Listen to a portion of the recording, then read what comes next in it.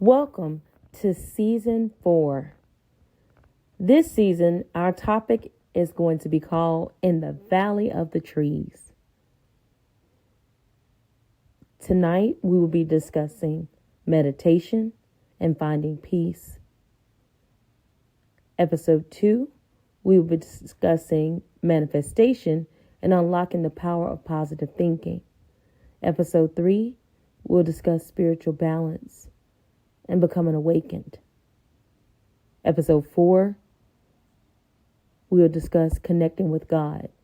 Why believe in the universe when you can believe in the creator of all life? Episode 5, finding your purpose. Steps to guide you to your purpose. And finally, spiritual glow, unveiling the light inside of you. We will begin our series, as stated before, with meditation and how you can find peace of mind. Prior to beginning, let's discuss a few definitions. We will discuss 4 definitions: meditation, peace, trees, and valley.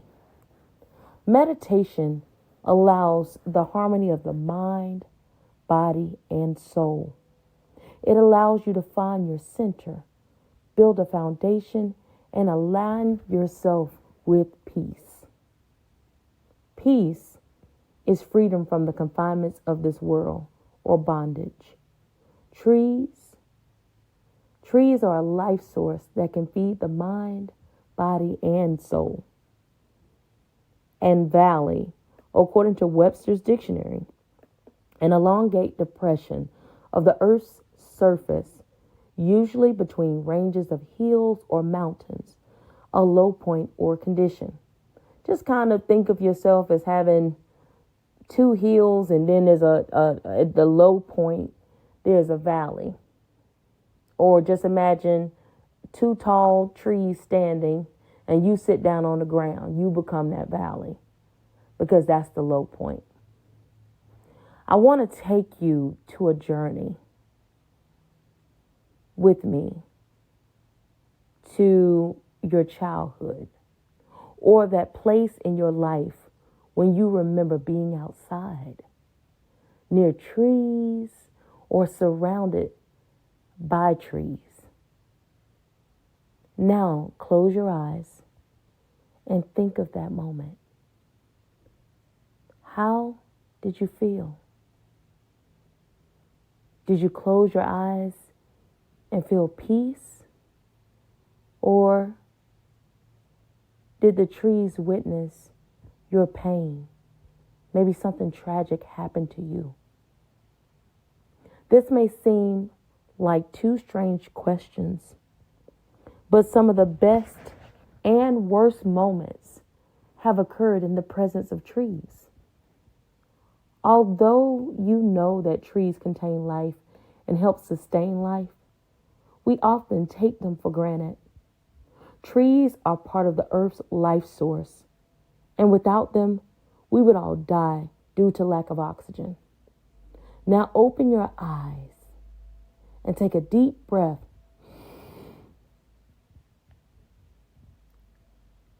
Inhaling, holding it about 5 seconds, and exhale. Your lungs filling up. Your lungs fill up with oxygen. And yes, we already know it's a lot of stuff that's out here too, that's in the air. But we're focusing on oxygen.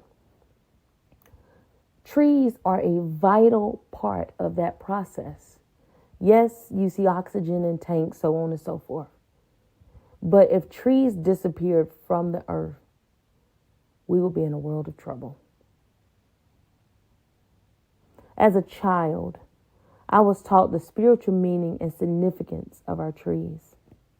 I was taught to respect the tree and only use what is needed and always give back to the earth. Trees need love too, and they absorb negative energy and turn it into something beautiful. According to the spiritual power of trees, the soul medic, Trees are a source of energy, provides oxygen and shade, shelter, food, wood for survival. The article further discusses how trees can impact our overall energy. These are true attributes of trees in my life. When I get stressed out, I will sit outside and meditate amongst the trees.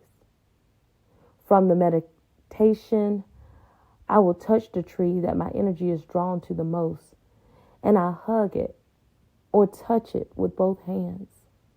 I can feel immediate peace, and I feel centered. It is even better if you are barefoot. I love to do this in the spring. I'll take off my shoes, and I have my sundress on, and my pillow, and maybe a glass of lemonade, and I'll sit underneath the tree and read a book.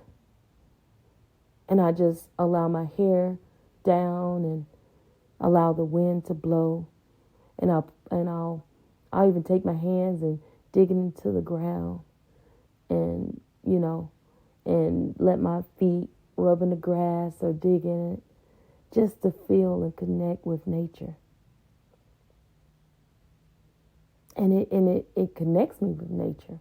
You may not think so, but we're so busy going all the time that it makes you stop and just enjoy the fact that you're alive. Keep in mind, trees have witnessed the evilest crimes that have been known to man, yet they bring us so much joy. The beautiful flowers, the fruit. The weeping willow is one of my favorite because it has so much shade. Depending on where the trees are, they're so different. Dogwood trees are so beautiful. It's like watching God paint the earth when spring comes. But understand, for this journey, throughout this series, I want you to find a valley of trees. Some people may not live near a lot of trees, but if you can find two and stand in the middle of them, this will be your valley. In the valley is where you will become centered when life seems hard. In this space, I want you to close your eyes and listen to the whispers of the wind, birds, etc. Connect with nature. Place your hands and or feet flat on the ground as you sit and become one with nature. The roots of the trees travel far beneath the ground and can stretch for miles, depending on the age of the tree. Trees are so fascinating. And you can tell the age of a tree if you look at the tree stump and you count the rings. And depending on how, if there's a marking, certain markings can indicate when a flood came, a fire. You can see all of that in a tree stump. See, the tree stump is more than just where you cut the root of the tree off. The tree stump tells the story of life and of that tree. But you've got to learn the language of nature and stop taking it for granted. During this time of meditation and release, I need you to allow yourself to be vulnerable and let every wall fall so that you can heal, starting with the source of your trauma. Sometimes where you hurt the most is where you need to begin your healing. And you need to love every version of who you were and who you are. The good, the bad, and the ugly. Because all of it is you. There's no hiding. It's all you. You may think that it doesn't exist. But if you never faced it, meaning your trauma, it is there. There is something that changed you at some point in time in your life. That is trauma. Whether it's in your childhood, your adulthood, it could just be something that someone said to you. But every single decision you made in your life was based upon what happened to you. And it's time for you to face it. That trauma is the boogeyman in the closet of your life. And it's causing you to self-sabotage every relationship in your life. And you can't bury everything into your kids or in your husband. People pleasing is a trauma response. Please understand. And another thing, I need you all to stop expecting you out of other people. That's why meditation is so important, because it's helping you to learn who you are. In this designated valley that you have chosen for yourself, you must face your trauma head on and forgive yourself first. Even if you're not religious, even the Bible tells you, love thy neighbor as thyself. That simple scripture tells you that you can't love anyone wholeheartedly or fully if you don't know how to love you. And if you're out here doing all kinds of things that you know is hurting and harming you, you're not loving you. But it's not too late to stop.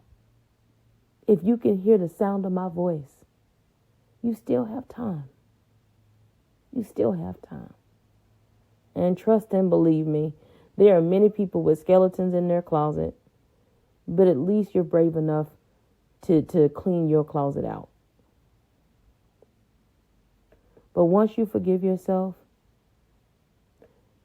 you have to be intentional about living past the pain and have the courage to reclaim your power back. You are powerful, but you allowed the trauma of your life to block your light. Understand that you couldn't choose the life that was handed to you. It's not your fault. But you can control how you respond to those circumstances. Just because you're in a bad situation does not mean that you have to succumb to it. I'm taking that excuse away from you. Because God gives us all free will. Whether you believe in him or not, he believes in you. And I'm not up to debate that with anybody. You have free will.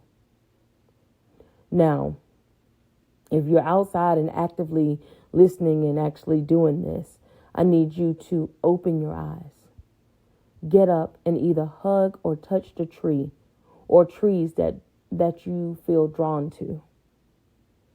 This is your safe space, and it will keep you grounded, especially when life becomes overwhelming.